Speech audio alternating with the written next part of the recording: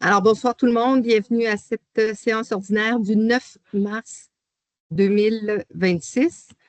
Avant de débuter, comme j'ai à le faire trop souvent, malheureusement, depuis les derniers temps, je voudrais prendre le temps d'exprimer notre soutien, notre affection aux proches de Steve Levasseur, qui est décédé au courant du mois passé.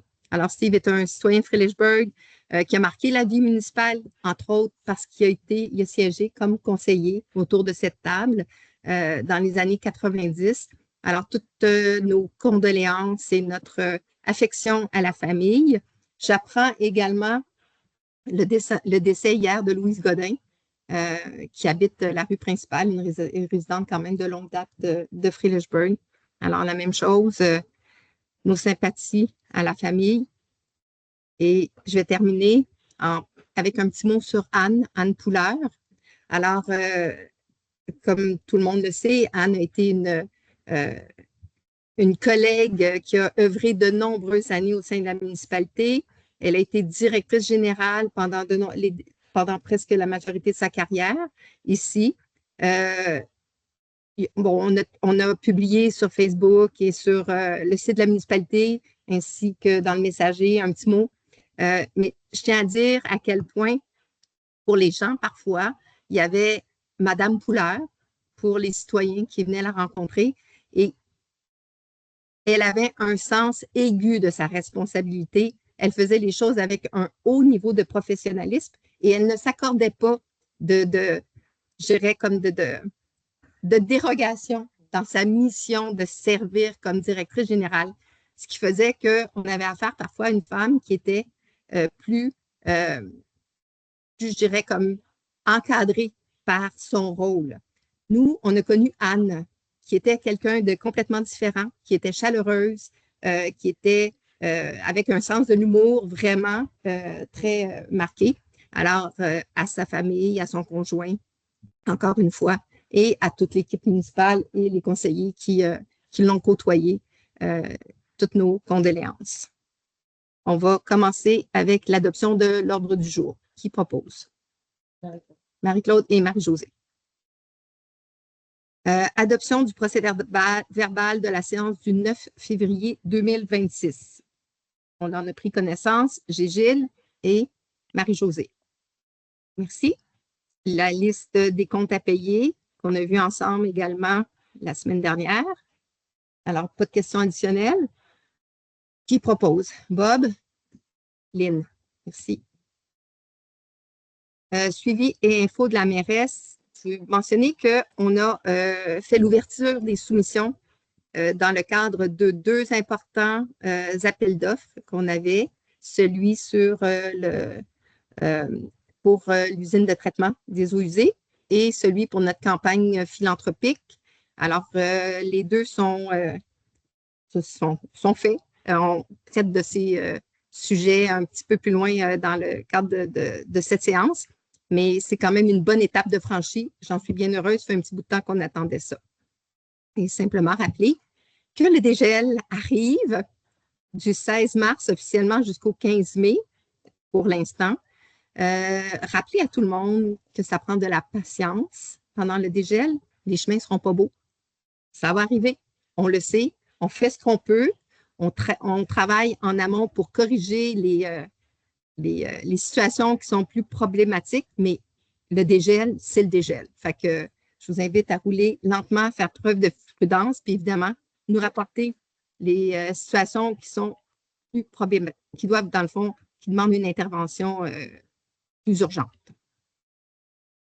Au point des correspondances, on a reçu une plainte pour le déneigement, concernant le déneigement sur la rue principale et le stationnement sur la rue principale. Notamment, c'est triste à dire, c'était dans le cadre des soins palliatifs qui étaient offerts à Louise Godin.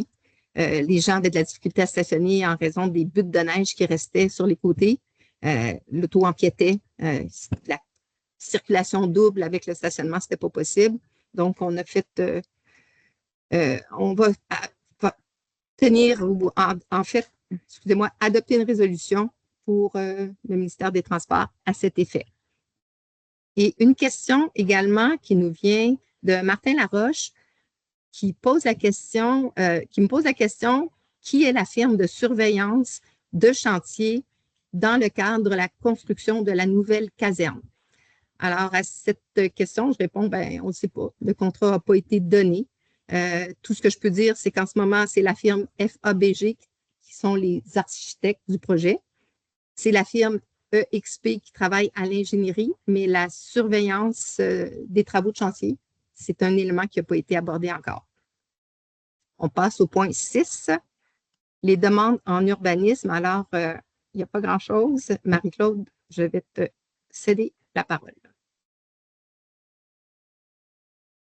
Alors, bonsoir. Effectivement, ce ne sera pas très long. C'est une demande d'affichage pour le nouveau restaurant qui va ouvrir, qui remplace le Libano, alors qui va s'appeler le Louki.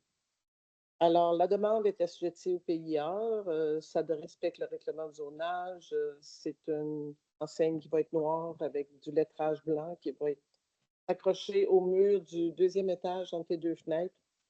Les éclairages utilisés sont ceux qui sont dans les corniches. Alors, ça correspond à tous nos règlements. Alors, le CCU recommande au Conseil d'accepter les recommandations telles que la demande telle quelle. Voilà. Alors, qui propose? Marie-Josée? Hélène. Merci. On s'en va maintenant aux émissions de paiement.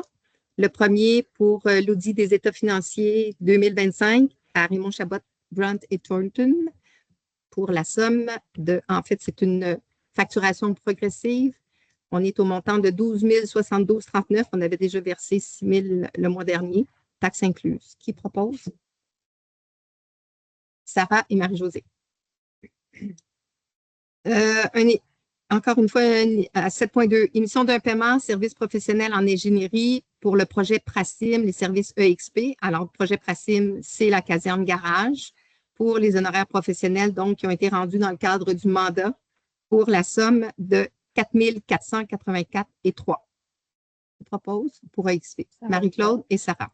7.3, un paiement à EXP, encore une fois, pour la simulation énergétique pour le programme de subvention Hydro-Québec. Alors donc, le paiement à émettre à EXP pour le travail effectué dans le cadre de cette demande de subvention-là est de 3 219,30. Qui propose? Lynn et Gilles. Merci. Tout ce que j'évoque ici, quand je dis dans le cadre du Prasim, c'est que c'est couvert par la subvention du Prasim. 7.4, émission de paiement, remplacement de la pompe submersible pour le puits d'eau brute à l'aqueduc. Alors donc, on avait reçu une offre de service qui a été ajustée pour la réinstallation de la pompe en raison de travaux d'ajustement, dans le fond, qui devaient être effectués. Ça a été vérifié par notre contremaître à la voirie, superviseur des travaux publics, devrais-je dire, au montant de 20 875,94. Taxes incluses. Qui propose? Marie-Josée et Lynn. Un paiement pour une quote-part additionnelle qui nous est demandée par la MRC de Brome-Missisquoi au montant de 5 193,43. Marie-Claude, Sarah. 7.6, émission d'un paiement, acquisition de l'immeuble composé des lots 6312, 312 et 62 62 846. En fait, c'est la rue de la Liberté, en clair. Donc, c'est une facture progressive qui a été mise par la société Morancy au montant de 8 546,79. On est toujours dans le cadre de la reprise, c'est pas fait, de la rue de la Liberté. Simplement mentionner que tous les coûts qui sont engendrés par ça sont assumés par le promoteur. L'ensemble des frais sera refacturé au promoteur. Alors, à 8 546,79. Bob? Sarah? 7.7, émission d'un paiement toujours pour la société Morancy pour la servitude de maintien d'un empiètement. C'était au 79 rue principale. C'est une facture qui datait de 2025, en fait, pour 6 374,74. On a notre puits qui est au parc, dans le fond, qui empiète sur leur terrain. a fallu régler le tout et consentir c'est-à-dire qu'ils nous consentent une servitude sur leur terrain. Qui propose? Marie-Claude et Marie-Josée. 7.8, émission de paiement honoraire professionnel, mandat d'accompagnement. Donc, pour Alain Saladius, on parle des projets Primo, SQEEP et PGAO. Alors, stratégie québécoise d'économie d'eau potable, plan de gestion des actifs en eau pour la somme de 4 032,17 pour Alain Saladius. Ces sommes passent dans notre programme de subvention de la tête. Qui propose? Bob, Sarah. 7.9, émission d'un paiement pour les fournitures de services professionnels en ingénierie. Donc, on parle de tout ce qui touche à la réalisation, les études, les plans de vie, surveillance, de construction et de mise en opération de la station d'épuration par étang aéré pour la compagnie Tetra Tech pour la somme de 11 796,22, taxes incluses. Qui propose? Marie-Josée et Sarah. 7.10, émission de paiement à conception de produits signalétiques pour Ambidex. C'est une facture aussi qui date de 2025 au montant de 3 161,81. Et ça, c'était pour la conception, dans le fond, la révision de toute notre signalétique au sein de la municipalité. Gilles et Bob, merci.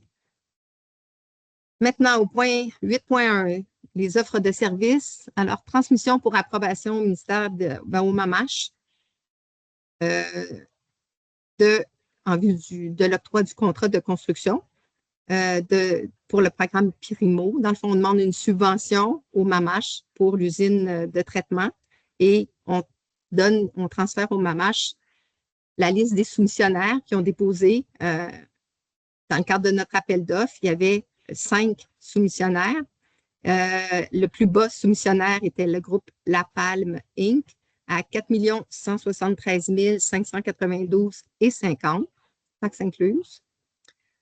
Donc, en considérant l'analyse des soumissions qui a été faite, on transmet donc cette soumission au MAMACH et que la présente résolution ne constitue pas l'octroi officiel d'un contrat. On attend le retour du MAMACH et on attend aussi la confirmation du financement avant d'octroyer le contrat. C'était dans les conditions émises dans notre appel d'offres. Alors, qui propose? Bob? Lynn. 8.2. Alors donc, toujours une transmission pour approbation au MAMACH, toujours dans le cadre de du même projet. Et là, on parle d'une demande qu'on a faite pour une soumission, en fait, pour comment ça s'appelle? C'est, attendez, je vais trouver le terme exact. En vue de l'octroi d'un contrat pour le contrôle qualitatif des matériaux dans le cadre de la construction de la nouvelle station d'épuration. Ça ne faisait pas partie du mandat précédent. C'est un mandat à part pour donc au montant de 41 647,49 soumis par le groupe ABS Inc. Le tout a été certifié conforme, analysé, certifié conforme et on demande de le transmettre au ministère des Affaires municipales. Qui propose Bob et Lynn. Octroi d'un contrat pour la conception et l'accompagnement d'une démarche philanthropique. Je l'ai évoqué en début de séance. Donc, on a eu une soumission qui a été déposée par la firme Épisode au montant de 172 500 $ pour l'octroi donc de ce contrat qui vise à nous accompagner pour aller chercher le montant dans le fond, de dons requis pour procéder à la transformation de l'usine. Ce qui est à noter ici, c'est que c'est toujours l'usine quand je parle de l'église. Désolée. Alors, oui, c'est ça. Alors, c'est l'église. L'usine est vraiment trop présente avant. Il faudrait commencer par l'église, je pense.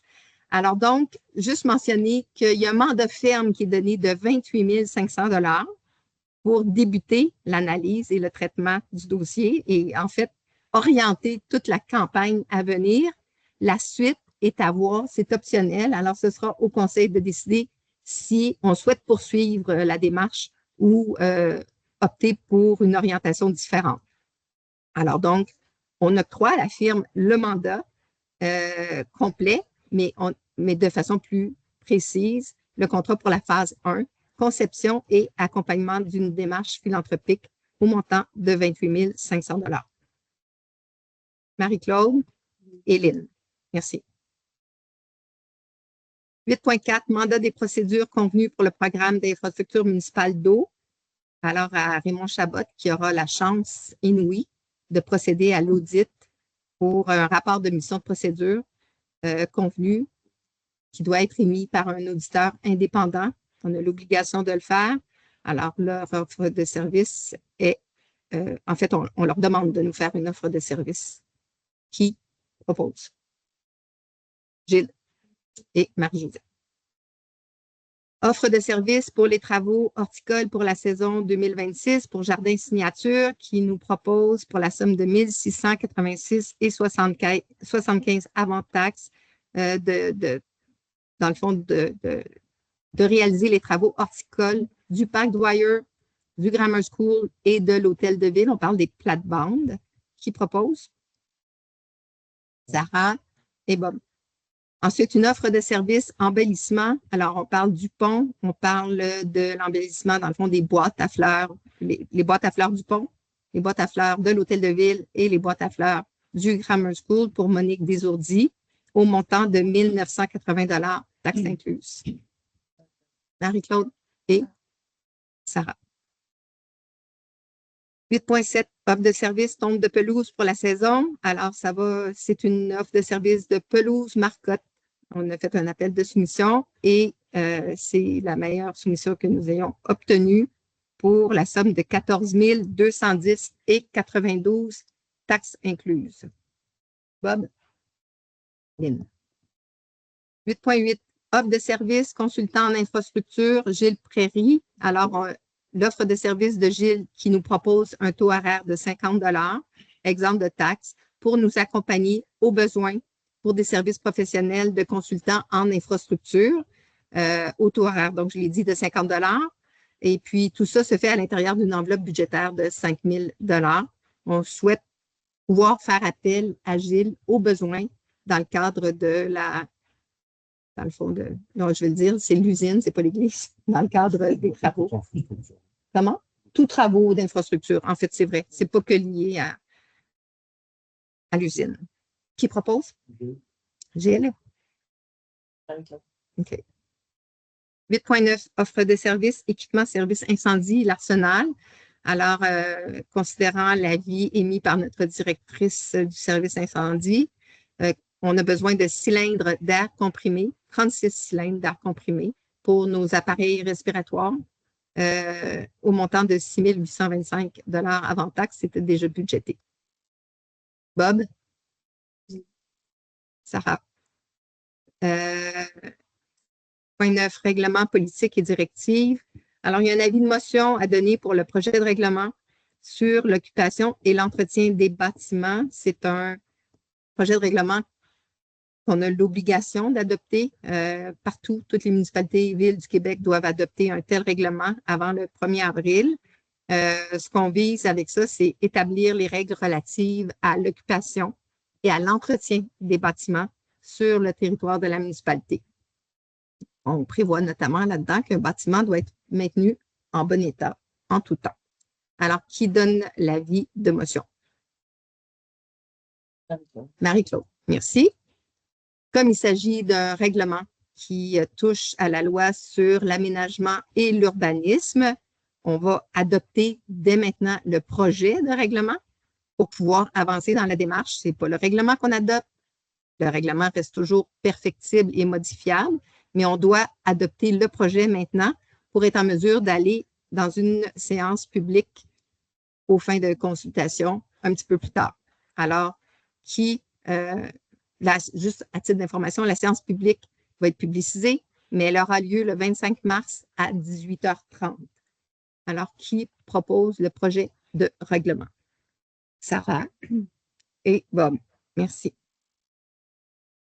Évidemment, le projet de règlement est disponible sur le site Internet ou au bureau de l'Hôtel de Ville pour une impression.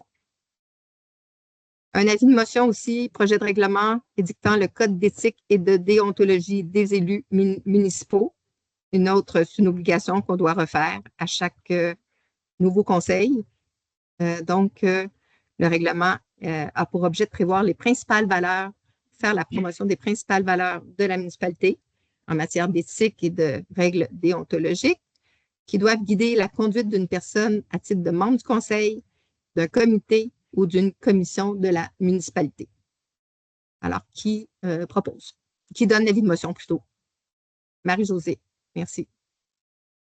9.4, un autre avis de motion. Projet de règlement établissant les règles de constitution et de régie interne des comités consultatifs. Alors, notre règlement avait besoin d'une petite mise à jour. Donc, on dépose un projet de règlement, encore une fois, qui donne l'avis de motion. Donc, parfait. Alors, c'est Gilles Audette. Le règlement, je rappelle, qui a pour but de dénoncer les règles de constitution et de régie interne des comités consultatifs de la municipalité. 10.1. Approbation et autorisation de signature, entente de collaboration avec le camp Garagona pour le camp été 2026. Alors, on est déjà là. Je pense que les inscriptions sont déjà ouvertes du côté de Garagona. Donc, ce qui est convenu, c'est qu'on reporte ou qu'on reprenne la même entente que nous avions l'année dernière avec Garagona pour la somme de 15 000 de la part de la municipalité. On verse 15 000 ce qui correspond dans le fond, puis on couvre de mémoire 65 par enfant et chaque famille a 100 à débourser. Alors, qui propose? Marie-Josée, Hélène. 10.2. Approbation et autorisation de signature, l'entente intermunicipale relative à la foresterie et à l'abattage d'arbres. Alors, c'est une entente que nous avons avec la MRC de Brome-Missisquoi qu'on souhaite renouveler encore une fois cette année pour la période de 2026 à 2028. Alors, qui propose? Bob? Sarah.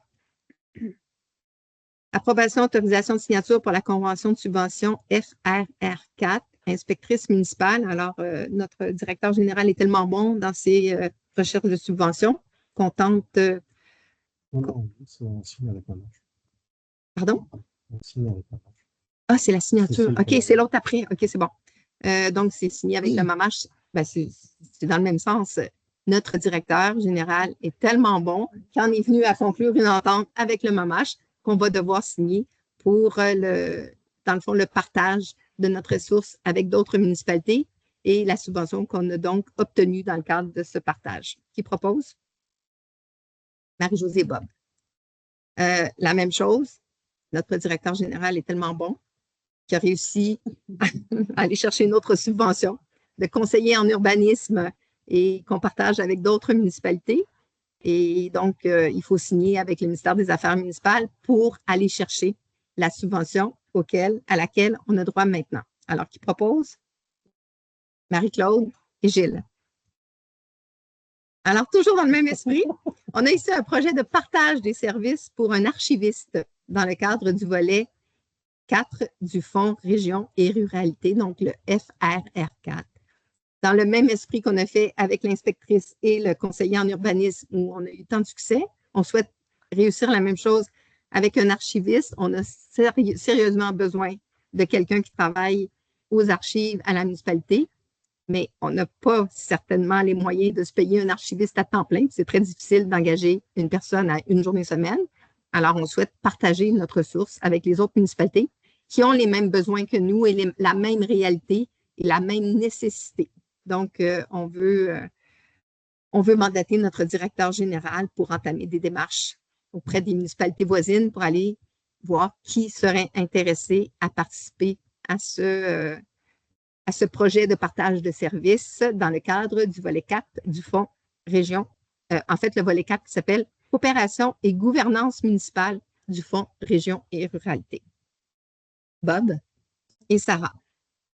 J'espère pouvoir dire bientôt que notre directeur général est tellement bon qu'on a eu la subvention. Point 10.6, dépôt du rapport des élus ayant suivi les formations obligatoires. Donc, on dépose à la table du conseil le rapport des élus qui ont suivi la formation obligatoire sur l'éthique et la déontologie en matière municipale, ainsi que la formation obligatoire sur le rôle des membres des conseils municipaux et sur le système municipal. Alors, c'est un simple dépôt. 10.7, demande de carte de crédit, service sécurité incendie. C'est pour notre directrice incendie. Dans le fond, ce qu'on veut faire une demande de carte de crédit à son nom avec une limite de crédit de 2 000 $ pour lui permettre de régler les achats courants pour la brigade incendie. Qui propose? C'est bonne? Lynn. 10.8, adoption du rapport annuel 2025 pour le schéma révisé de couverture de risque en sécurité incendie. C'est comme je suis étonnée, j'ai l'impression qu'on a abordé ça déjà, j'étais certaine qu'on l'avait déjà transmis à la MRC, mais on a l'obligation, il a été complété. On a l'obligation de le transmettre, ce qui manquait. Donc, il faut l'envoyer dans la résolution. Dans le fond, autorise notre DG à envoyer notre schéma de couverture de risque à la MRC, qui, par la suite, va le transmettre au ministère de la Sécurité publique, qui propose Bob. Sarah. 10.9, demande au ministère des Transports et de la Mobilité durable concernant le déneigement et la signalisation sur la rue principale. Je l'ai évoqué en début de séance également. Donc, ce que leur demande, c'est, il y a eu des plaintes concernant la qualité, la constance du déneigement du côté du déneigeur du MTQ. La rue serait à certaines occasions difficilement praticable et présente des conditions glacées qui compromettent la sécurité des usagers. Donc, on a déjà soulevé ces enjeux-là quant à la signalisation de l'interdiction de stationnement qu'on voudrait plus clair sur la rue principale du côté des nombres pairs. Donc, on leur demande de faire un suivi et nous revenir avec des éléments qui revoient la pratique de déneigement sur la rue principale pour assurer une circulation sécuritaire et constante.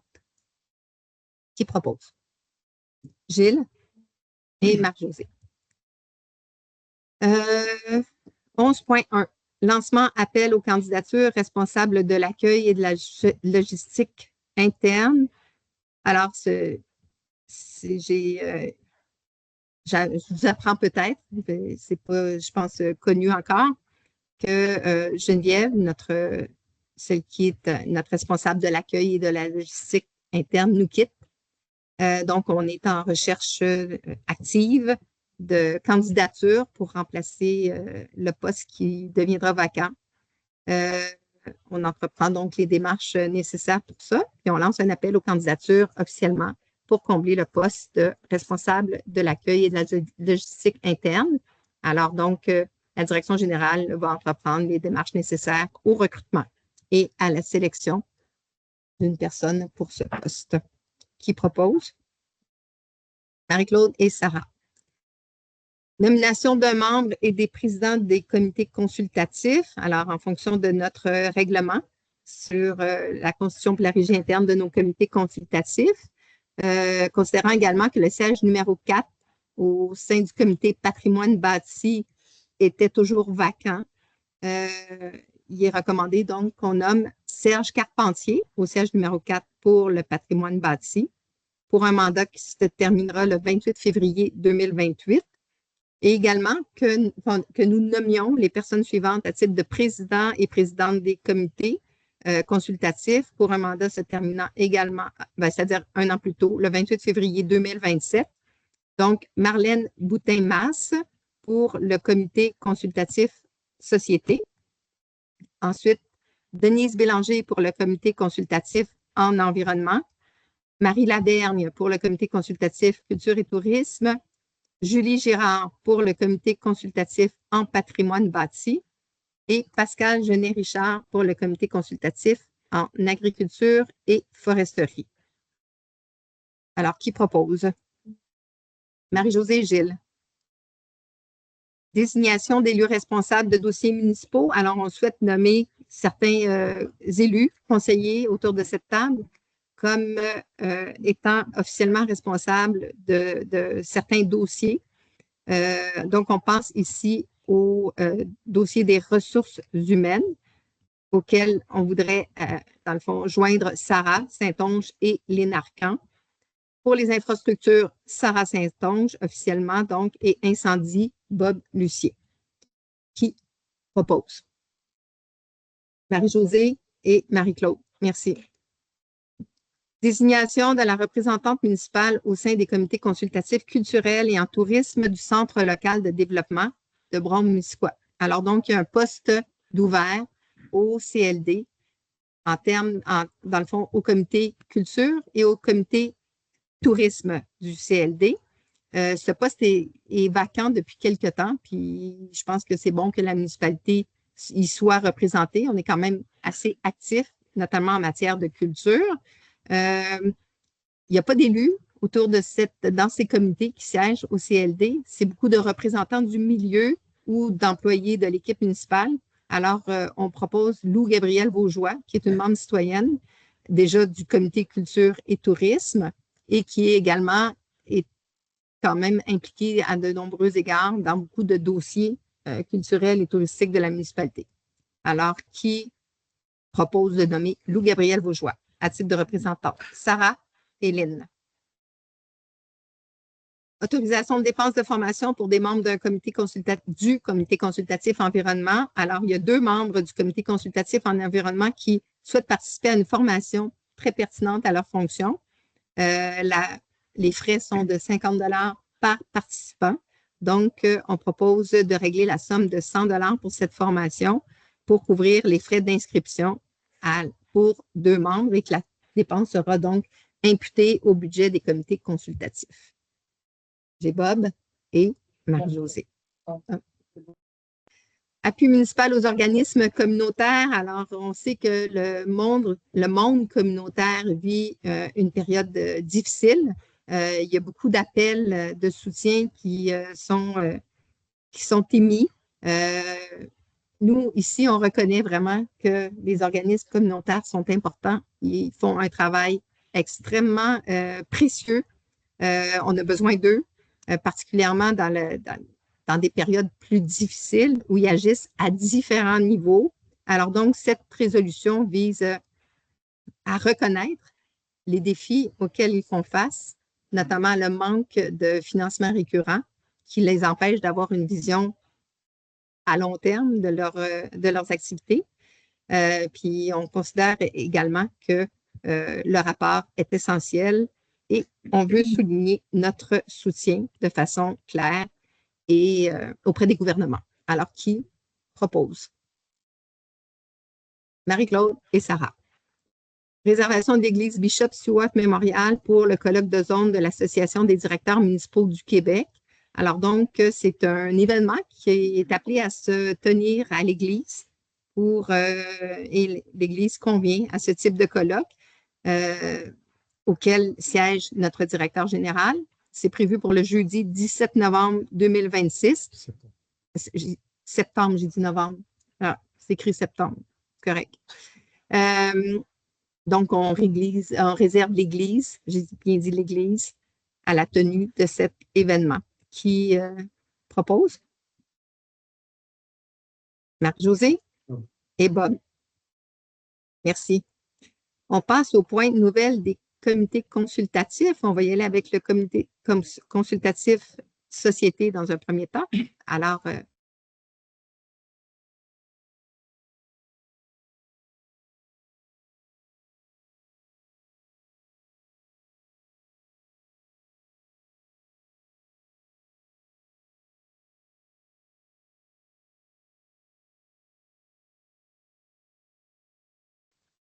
ça devrait être bon.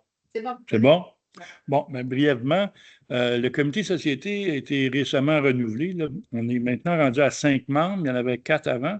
Et là, il y a un nouveau membre maintenant une nouvelle membre maintenant qui est sur le comité qui représente l'escouade bienveillante, Christiane Bourbeau, qui est ici présente. Et il y a 2 autres nouveaux membres, Marlène Boutin, qui a été choisie comme présidente ce soir, et Mélanie Auclair. Et 2 autres membres qui sont sur le comité depuis plus d'un mandat, et Laure Varidel et David Maltais. Donc, on a un comité, je pense, qui va être bien intéressant à travailler avec. Et on ne s'est pas encore réunis comme nouveau comité, mais ça va se faire d'ici la fin du mois. Puis on va bien sûr, dès le début, là, regarder un peu l'ensemble là, du mandat du comité, puis discuter des priorités pour les prochains mois. Mais il y a un mandat que le Conseil souhaite que le comité se penche dessus, c'est de réactualiser ce qu'on appelle le programme MADA, Municipalité Amie des aînés. Alors, on a commencé là, à faire des démarches auprès de certains niveaux de fonctionnaires, mais on va se pencher là-dessus dans les prochaines semaines, prochains mois. Merci, Gilles.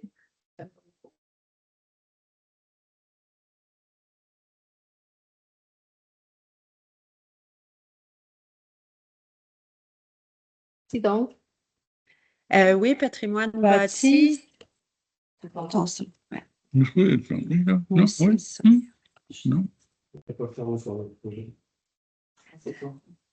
Ok, OK, c'est bon. C'est bon, là? Oui, vas-y, c'est bon. C'est bon. Tu me parles. Donc, le comité du patrimoine bâti s'est réuni fin février. Dans les travaux, dans ce qui a été discuté dans le plan de travail, c'est de voir à trouver des ressources, des références surtout pour aider les personnes qui ont des maisons patrimoniales à rénover. Donc, il y a des discussions là-dessus. Il y a des choses sur lesquelles on aimerait pouvoir donner plus d'informations aux citoyens à ce niveau-là. On a continué à travailler sur le répertoire des maisons patrimoniales de Fredericksburg, les maisons qui ont été construites avant 1940. Donc, on n'a pas terminé, les travaux se poursuivent. Puis, on a également discuté de présenter éventuellement ce répertoire-là, mais la démarche aussi, puis pourquoi. Donc, il y aura plus d'informations à venir au cours des prochains mois. OK. Merci, Lynn. Marie-Claude, culture, est-ce qu'il y a eu... On se rencontre à la fin mars. c'est ouvert pour On nous? a parlé de- Alors, on se rencontre à la fin mars. Par contre, ce qui a été discuté, c'est qu'on aura une prochaine conférence au BT Betrave le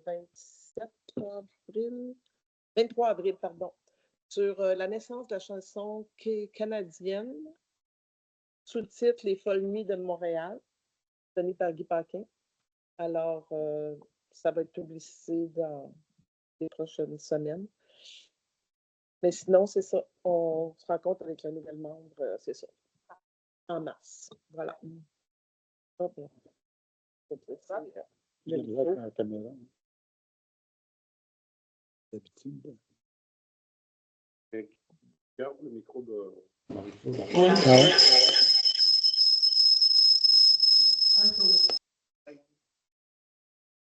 dinosaure un jour.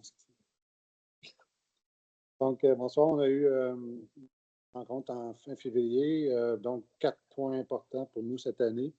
Toujours le sujet des friches, conserver le plus possible les terres cultivables. Donc, on a rencontré de nouveaux conseils pour en discuter. On va venir avec des pistes de solutions pour essayer de conserver nos surfaces cultivables. Deuxième point important duquel on s'occupe, c'est le règlement des bandes riveraines. Sensibiliser la direction générale, les inspectrices pour que les bandes riveraines soient respectées, qui soient respectées. L'autre chose, la situation du cerf, du boutage du cerf, du chevreuil dans notre région qui est abominable. C'est vraiment un problème sérieux. Pierre Jobin donne une conférence à l'Agence forestière montérégienne en novembre. Donc, d'ici ce temps-là, on va prendre une position du comité et on va suggérer à la municipalité de nous appuyer là-dessus pour avoir une position claire de qu'est-ce qu'on fait avec le cerf, où est-ce qu'on peut aller, quelle porte qu'on peut cogner pour essayer de diminuer la population. On a aussi un projet de plantation au parc Jeanne-Frély sur des espèces d'arbustes et arbres comestibles, donc des fruits, petits fruits poiriers, pommiers, tout ça. Donc, ça, on va revenir là-dessus. On a aussi 2 membres du comité qui siègent sur un comité, là, avec Bellisburg, Nourricière. Donc, le projet de suivi du projet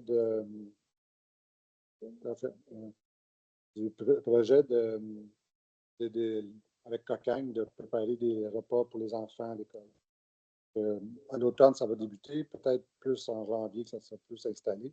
Mais donc, l'école de Frély et l'école de Donham seraient les deux premières dans la région. Donc, Cocagne est intéressé, donc ça va avancer là-dessus. Et aussi, on va participer à une conférence au Festibois sur essayer de regrouper tous les intervenants de la foresterie dans notre municipalité. On se rencontre et qu'on discute de sujets communs et pour faire avancer et dynamiser notre municipalité là-dessus. Donc, ça, c'est dans le cadre du Festibois. C'est à peu près ça. Marie-Josée, environnement. Oui, bonjour. On s'est rencontrés le 20 février dernier. On a accueilli notre nouvelle membre, Mme Céline Comeau. Ensuite, on a plusieurs projets envisagés pour 2026.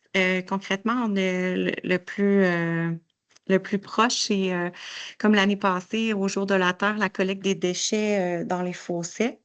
On invite tous les gens à participer et venir, comme l'année dernière, ce qu'on avait fait, là, amasser les déchets. On a une date qui serait probablement le samedi 18 avril. Ça reste à déterminer. On va revenir en avril avec ça. On va aussi reconduire des événements qui avaient bien fonctionné l'année dernière, donc le jour de la nuit. On veut continuer l'éducation, puis l'information finalement sur les plantes envahissantes. On parle de trouver un site qui pourrait être pris en expérimentation, mettons, pour tester différentes solutions. On veut aussi se pencher sur la mobilité durable pour voir avec les autres municipalités et tout, qu'est-ce qui se fait, on veut étudier un peu ça. Puis, beaucoup d'autres choses que je vous reviendrai dans les prochaines semaines. Merci beaucoup. Merci Marie-Josée. Ça fait le tour des comités. En fait, on arrive au point Varia qui était vide ce soir et au point 14, période de questions. Alors, est-ce qu'il y a des questions? Oui.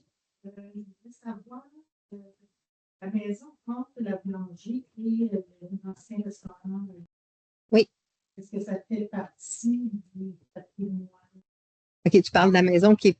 La petite maison, là, qui est après.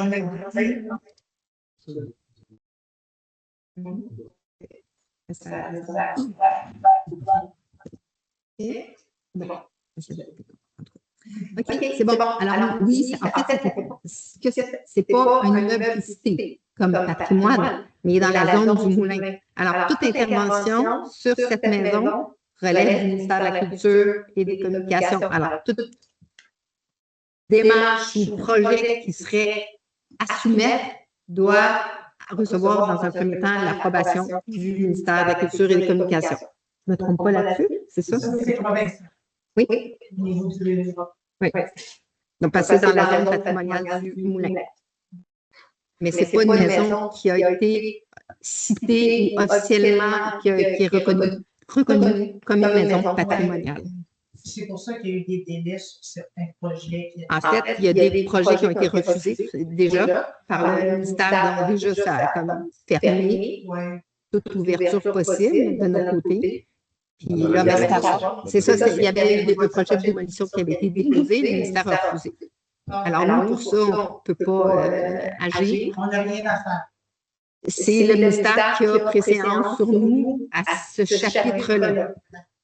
Alors, ça, c'est pour... Donc, ce qu'on comprend, c'est qu'il faudrait que ce soit un projet qui serait comme dans une espèce de transformation, je me tourne vers transformation du bâtiment, transformation qui pourrait être présenté comme de façon évolutive. Ou je comprends. Non, oui, Je comprends un peu. Parce qu'on voit, on sait bien que cette maison-là n'est pas habitée, mais je pense qu'elle n'est pas habitable. Non.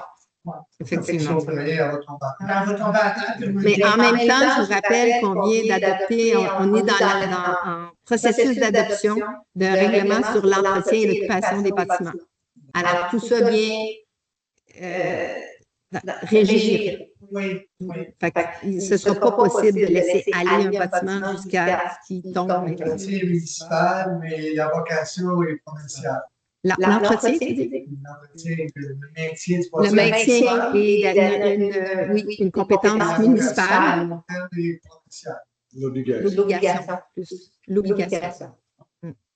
Mais ce règlement-là, c'est provincial. On est obligé d'adopter ça. Oui, exactement, comme je mentionné. C'est un règlement d'occupation. Tout le monde, toutes les municipalités du Québec doivent adopter pour le 1er avril ce règlement.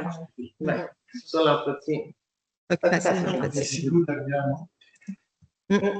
Oui.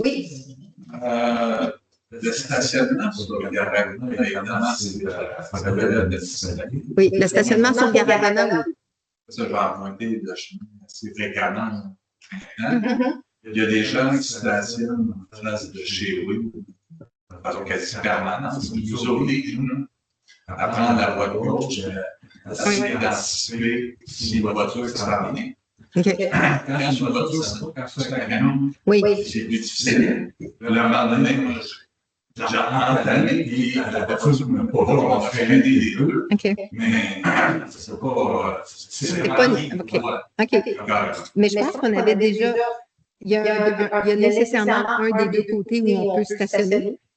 Donc, est-ce que c'est le bon côté qui est utilisé? Parce qu'on ne peut pas faire autrement. On a juste tenir compte de nos événements qui se tiennent à l'église. À une voie de stationnement, on y arrive. Je suppose que c'est le débat. OK. La deuxième. Ah oui, OK, d'accord. Mais je pense qu'on avait convenu qu'on interdirait le stationnement à cet endroit-là. Je sais que le dernier événement qu'il y avait eu, j'ai OK. Ben, en même temps, il suffit juste, c'est notre chemin. On réglemente et on y fait ce qu'on veut. Je dirais que si c'est un cas de sécurité, c'est sûr qu'on va agir. On va juste attendre le dégel qui est promis pour très bientôt. Puis on plantera les poteaux pour interdire le stationnement à cet endroit-là. La deuxième question, il y a des dépenses qui sont partagées. Je pense que c'est ça que j'ai pu comprendre. C'est pas partagé. C'est l'ensemble de la facture qui est renvoyée. C'est pas partagé. Donc, que ce soit, par exemple, le chemin est miné sur c'est-à-dire qu'en ce moment, là, ce serait à considérer. Je veux dire, on discuterait. Parce que là, on parle qu'on est dans les étapes légales de reprise du chemin. Je pense que le promoteur a fait sa job pour ce qui est de la mise à niveau du chemin. S'il y avait un épisode où il y aurait vraiment comme des ornières pour le travail, je pense que la municipalité assumerait ses responsabilités à cet égard-là. Mais pour ce qui est de tout ce qui touche l'aspect légal, les frais d'avocat, les frais de notaire, les frais d'apprentissage, tout ça, ça reste dans la cour du promoteur. Pour la suite, je pense qu'on est prêt. Je veux dire, on est prêt à reprendre le chemin. Si ces travaux-là s'étaient faits rapidement, on serait déjà propriétaire du chemin. Donc, on assumerait donc l'entretien en conséquence. Je pense que je parle au nom de pas mal tout le monde autour de la table. Je suis certaine ici que la municipalité prendrait ses responsabilités. C'est au niveau, par exemple, des pompes, des égouts, des seaux, il y a quand même une infrastructure. Oui. Donc, ça, c'est un passage de propriété. Ça se fait en même temps. Quand on reprend les infrastructures, on reprend ces infrastructures-là aussi, également, qui ont été installées, certifiées conformes par nos ingénieurs. C'est évidemment payé par l'entrepreneur, mais à partir du moment où on les reprend, c'est certain qu'on assume l'entretien de tout ça. Donc, ça, c'est effectif à partir du moment de la signature que je ne suis pas capable de donner, je ne sais pas. Je ne sais pas quand est-ce qu'on reprend tout ça. Quand est-ce que les travaux d'arpentage ne peuvent pas se faire en ce moment à cause de la neige, pas que la neige part. J'imagine qu'on pourra réactiver ce dossier-là, mais notre arpenteur attendait la sonde pour procéder au repère d'arpentage qui avait été demandé. Oui. Bonsoir. Bonsoir. Désolée, mon personne. C'est bon. En fait, moi, c'est un peu à suite à le questionnement concernant la maison. Mon but, en fait, c'est de faire une demande que la municipalité m'appuie dans une demande d'ASSC du ministère. Donc, on veut faire une évaluation qui est faite sur l'immeuble avec un plan d'ordre de coût principal. Puis qui démontre clairement que le dépassement n'est pas sécuritaire qui est en train de tomber en ville. Au fil des années, il y a eu plus de travaux qui ont été faits par le propriétaire pour maintenir une certaine stabilité, mais moi, je ne rentre même pas dedans parce que je dis que c'est quelque chose de pas sur le plancher pas beau. Il y a 5 sections dans la maison. La partie qui est considérée patrimoniale des dépenses de sécurité, ça devrait être une proportion. Bref, le but de ma présence ici, puis ma demande, c'est vraiment d'avoir la municipalité pour présenter un projet de reconstruction énergétique au ministère de la Il faut refaire à les piels, les services de toit, les murs extérieurs, parce que c'est pas d'isolation. Donc, c'est la fondation. Par de rénover, qu'est-ce que c'est à garder. Je peux pas malheureusement partager l'évaluation, l'investigation qu'il y a eu, parce que c'est moi, mon nom, je ne peux pas le faire.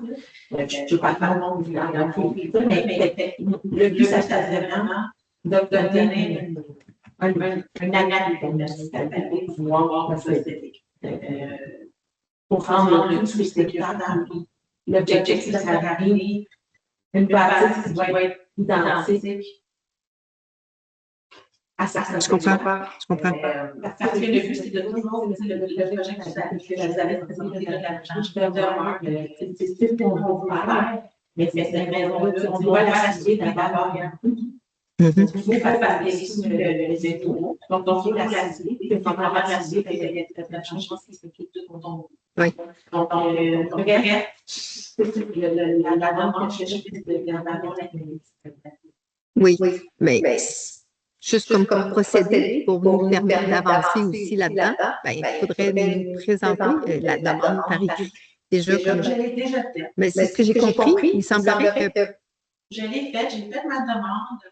Des petits formes, j'ai envoyé un courriel avec une lettre bien expliquant ce que je vous explique ce soir. Et puis, on m'a dit que j'avais déjà fait une demande similaire comme de pensée. Donc, ce que je vous demanderais simplement, c'est de nous retourner cette lettre-là, vous l'adressez à l'urbaniste et vous mettez la direction générale et moi-même en copie. On va s'assurer qu'il y a un suivi qui soit fait de façon efficace. Vous avez une lettre quelconque de la part de LCC qui vous demande de le faire? Ce serait bien de nous la partager parce que si ça se fait une demande, ça me moi, j'ai pas la démarche pour leur demander si vous avez besoin de la municipalité.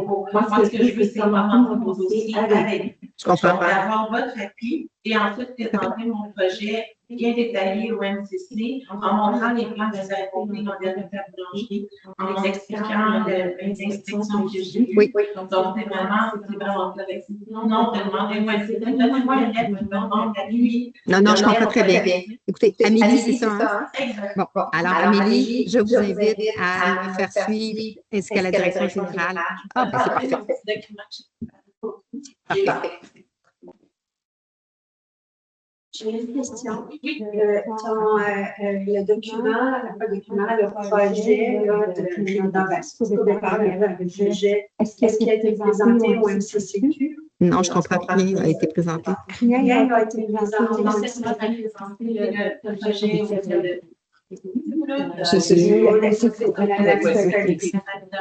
Donc, moi, j'ai quand même fait une demande. J'avais fait une demande au MCC clés concernant les orientations quand même, qui sont encore avec un projet d'agrandissement, un projet de construction sur le terrain. Ça, je l'avais de MCC qui sont importants, mais ils ont quand même demandé c'est un peu ça qu'on va faire avec notre famille, tout ça. OK, je comprends. Mais est-ce que c'est possible, cette lettre que vous avez reçue du ministère, de nous la faire parvenir également? OK, parfait. Par courriel, ça va être, c'est parfait. OK.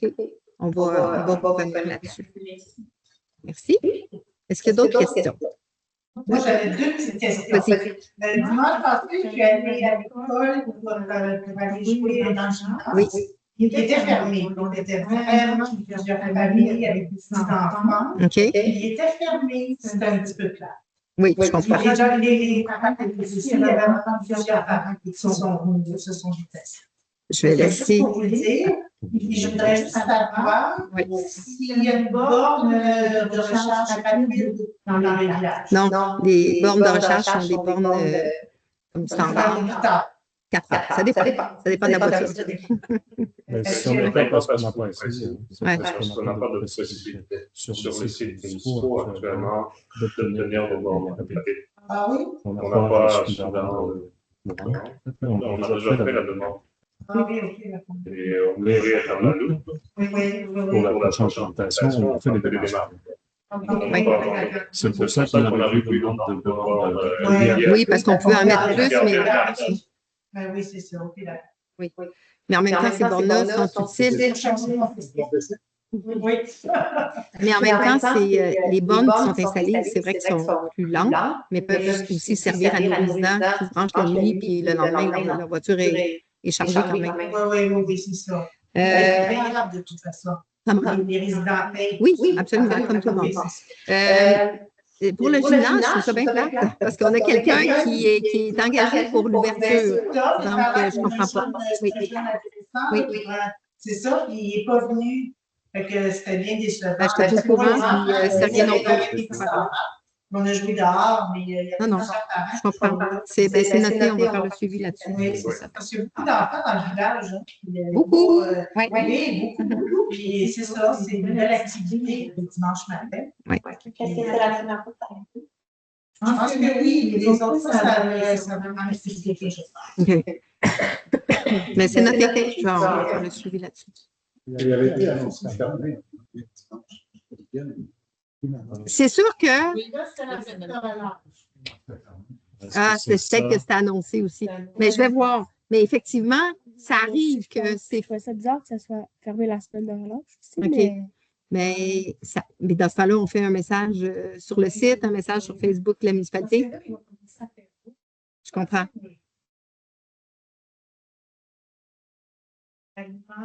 Oui. Mais c'est pour ça qu'on. Oui. Non, mais c'est pour ça qu'on s'efforce d'ouvrir, dans le fond, de façon régulière. Mais encore une fois, le meilleur conseil qu'on peut donner, mais là, je ne sais pas si c'était le cas là, mais c'est de vérifier avant. Si c'était fermé, il y avait une raison. C'était pas pour. Puis c'était fermé. C'est peut-être ça. Oui, c'est ça. Moi, je pense que c'était fermé. J'ai vu quelque chose. On va faire un suivi. Ça se peut qu'il y avait des travaux aussi à l'école. Ça se peut qu'ils profitaient de la semaine de relâche pour faire des travaux. En tout cas, je vais faire un suivi là-dessus. C'est bon. Est-ce qu'il y a d'autres questions? Non? Alors, on va pouvoir lever la séance en autant que quelqu'un la propose. Sarah et Marie-Josée. Donc, merci beaucoup. Bonne soirée à tout le monde.